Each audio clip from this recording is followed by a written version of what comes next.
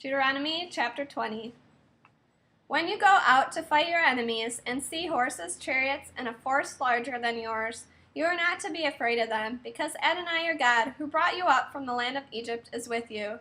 When you are about to go into battle, the Kohen is to come forward and address the people.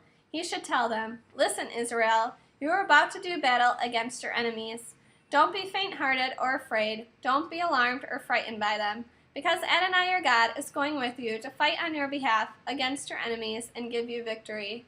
Then the officials will speak to the soldiers. They are to say, "Is there a man here who has built a new house but hasn't dedicated it yet? He should go back home now, otherwise he may die fighting and another man will dedicate it. Is there a man here who has planted a vineyard but hasn't yet made use of its fruit? He should go back home, otherwise he may die fighting and another man will use it. Is there a man here who is engaged to a woman but hasn't married her yet? He should go back home, otherwise he may die fighting, and another man will marry her." The officials will then add to what they have said to the soldiers. "Is there a man here who is afraid and faint-hearted? He should go back home, otherwise his fear may demoralize his comrades as well."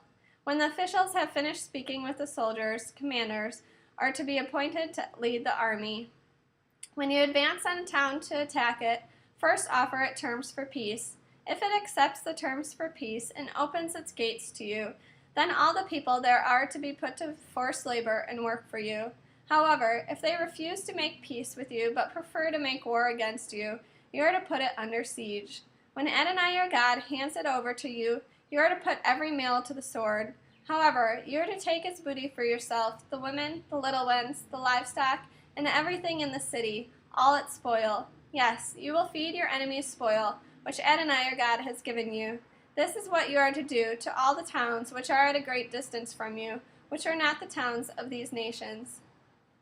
As the towns of these peoples, which Adonai your God is giving you as your inheritance, you are not to allow anything that breathes to live. Rather, you must destroy them completely.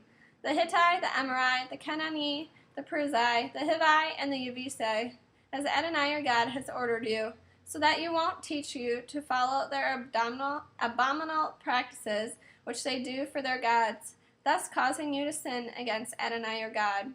When, in making war against a town in order to capture it, you lay siege to it for a long time, you are not to destroy its trees, cutting them down with an axe.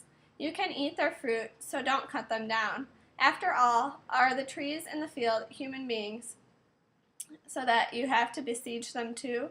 However, if you know that certain trees provide no food, you may destroy them and cut them down, in order to build siege works against the town making war with you until it falls.